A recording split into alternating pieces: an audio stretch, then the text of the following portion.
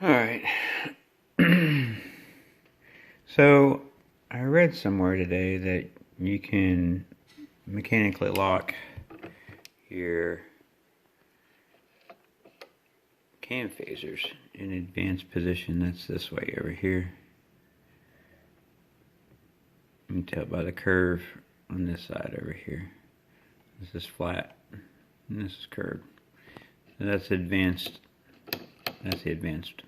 It's fully retard position. Fully advanced.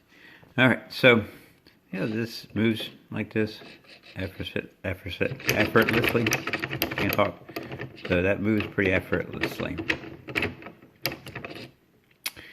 I took my cam phaser apart completely. There's the three little kind of screw nail things that hold your tone ring. Hold the tone ring in place. Since I don't have them in there, it's free to move about as it wants to.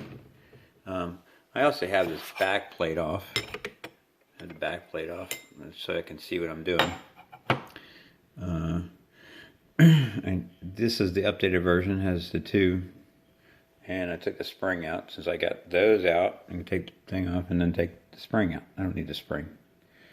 The other thing I did was I took these springs out. These are for the veins. They fit in back of the vein, and that's what allows them to float in here so easily. There's no resistance. They just drop in. Like a vein pump would not have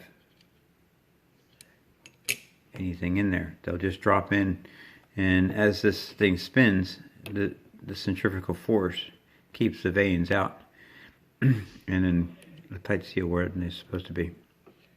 I think this right here might actually solve a lot of their problems, but this thing is trying to spin in this direction, and just the clamping force on the camshaft and all the valves on the lobes and everything wants to keep the camshaft still while this spins this way. So the hydraulic pressure fills that cavity in there, and it's supposed to keep it locked in this direction. Well, it's technically backwards. I mean, if you have loss of pressure, it's literally going to want to just creep back closed, because that's what physics says should happen. You know, this is spinning in this direction, and this is not bolted to it. This is going to want to, you know, it's just the way it works. So, alright, I'm going to probably try this. If this doesn't work, I think this is the main problem with everybody's motor. As this wears, the tolerances on these things are just not enough to where if you have the front one is for advanced and the back one is for retard. So this goes through the bolt. So if you plug this off, get a solid bolt, then you only have the advanced.